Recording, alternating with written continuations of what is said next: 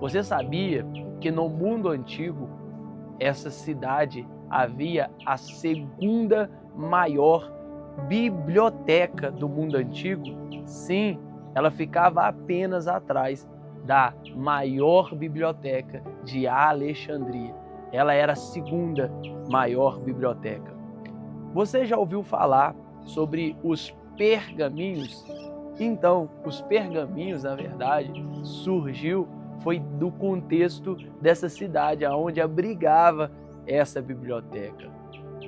Essa biblioteca, ela, como competia com Alexandria, ela teve que fazer alguma maneira para propagar o seu conteúdo, o seu material daquele tempo. Sabendo que naquele tempo havia outras formas de escritas, de papéis, como era o papiro, então ela reinventou fazendo o pergaminho do couro de animal. Foi através dessa biblioteca, dessa grande invenção, que aí a gente tem o nome pergaminho, que vem de Bérgamo. Hoje, essa cidade ela é um grande sítio arqueológico. Também está na Turquia. Se você for à Turquia, você vai observar que há um sítio arqueológico de ruínas do tempo antigo, de algumas construções que hoje já não mais se pode ter construções devido a essa cidade ser destruída no tempo antigo.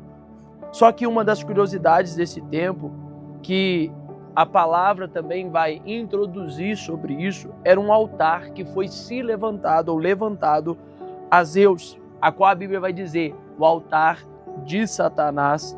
Há uma inferência aí dessa época, que era o altar que se levantou a Zeus. Nós já falamos aqui das duas primeiras igrejas situadas na cidade de Éfeso e na cidade de Esmirna. Então, se você quer acompanhar, vai ter os cards aqui em cima. Volta aí ou clica nesses dois cards que você vai acompanhar essas duas igrejas que já foram faladas, já foi contextualizada.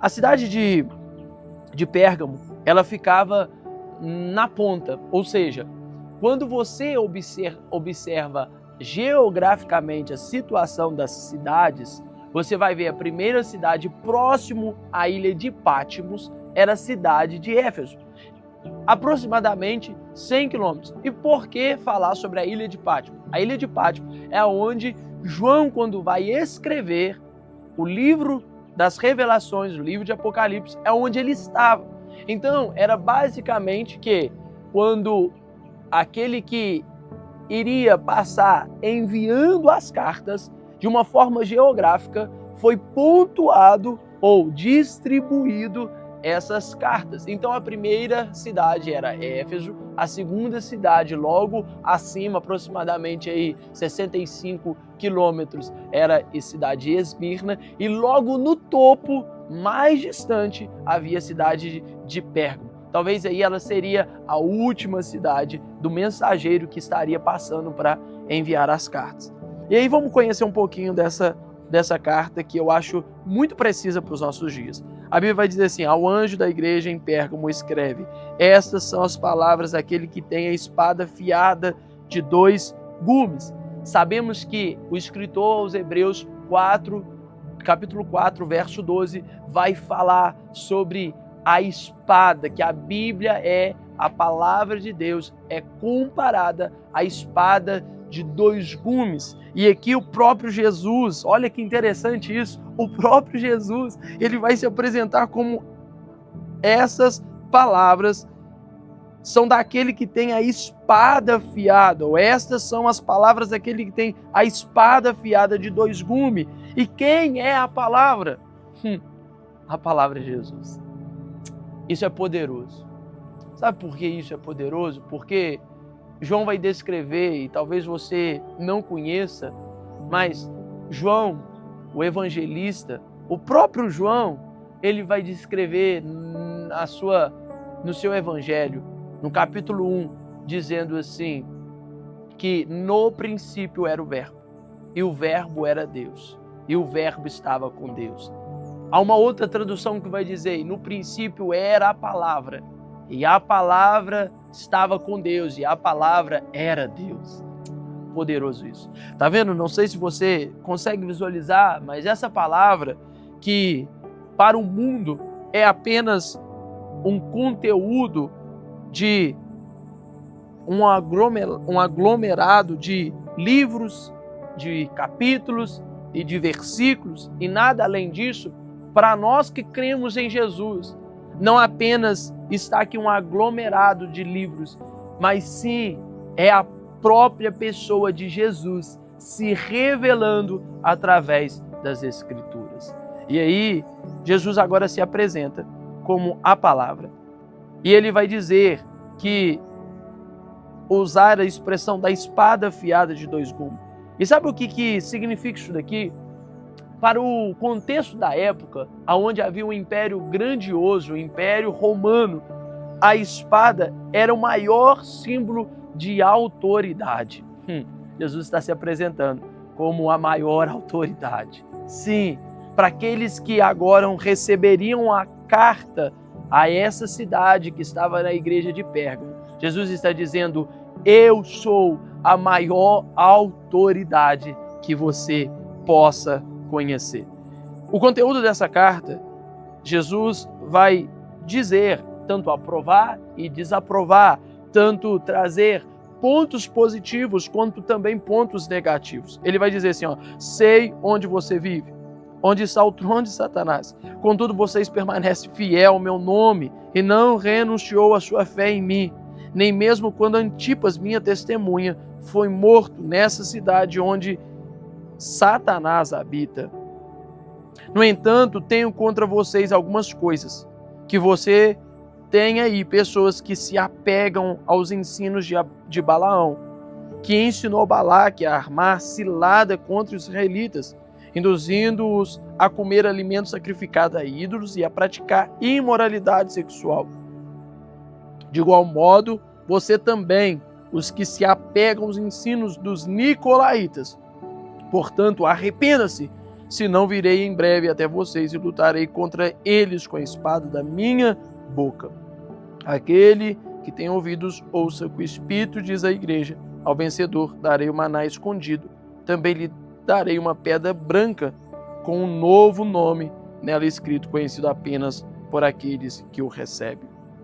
Ponto positivo ou aprovação de Jesus a essa carta a essa igreja, através dessa carta guarda o nome do Senhor em meio a uma sociedade depravada dos seus valores cristãos. O próprio Jesus está dizendo que eles guardaram a fé e não renunciou. E aí nós precisamos nos dias atuais também aprender com essa igreja, a guardar a nossa fé. E além de guardar, a manifestar a nossa fé. Nós precisamos estar como essa igreja, dispostos a morrer pela causa do Evangelho. Esta é uma igreja que ela carrega esse princípio, esse valor, que é a palavra de Deus. Porém, mesmo nessa igreja que perseverava, que guardava os ensinos de Jesus, a palavra de Deus vai dizer que algumas dessas pessoas, tinham pessoas ali que se apegavam aos ensinos de Balaão, que ensinou a Balaque a armar cilada. E aqui a gente precisa entender o que Jesus está dizendo, que, como eu disse no início desse vídeo, é um contexto, ou nós vivemos nesse contexto muito próximo, parecido nos dias atuais. Porque no nosso meio, daqueles que dizem ser cristão, existem pessoas que relativizam a sua fé, que ou utilizam da expressão de que não tem nada a ver, que não é bem assim, relativizando aquilo que é puro, aquilo que é verdadeiro, aquilo que é o princípio. Então, havia pessoas ali que relativizavam a sua fé. E o problema é que a expressão de Jesus, ela é muito precisa, porque em Lucas descreve, no capítulo de número 17, de 1 ao 2, aqueles que são pedra de tropeços. E talvez nos dias atuais existem pessoas que se portam como pedra de tropeços, fazendo pessoas, o incrédulo, o ímpio, se tornar ou tendo a dificuldade de trazer a fé de Jesus, porque são pessoas que se corromperam com este mundo, que traz mau testemunho, que são pessoas que trazem o nome de Jesus à vergonha. Então, posso te dizer, não seja uma dessas pessoas que se diz cristão, que frequenta uma igreja evangélica, que se diz ou se tem um título em uma igreja, mas que não proferem a fé de forma genuína, verdadeira e sincera. Essa igreja havia pessoas desse jeito.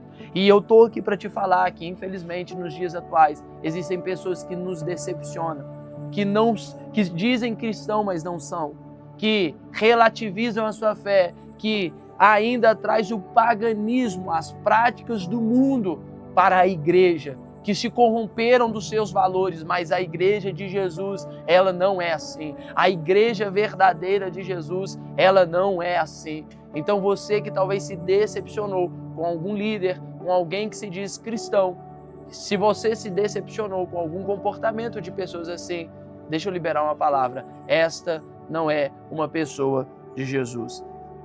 E o conselho é, ou se traz, uma referência para o mundo, para que a misericórdia alcance aos outros. A Bíblia está dizendo, venho a ti sem demora e contra eles pelejarei. O Senhor está te vendo.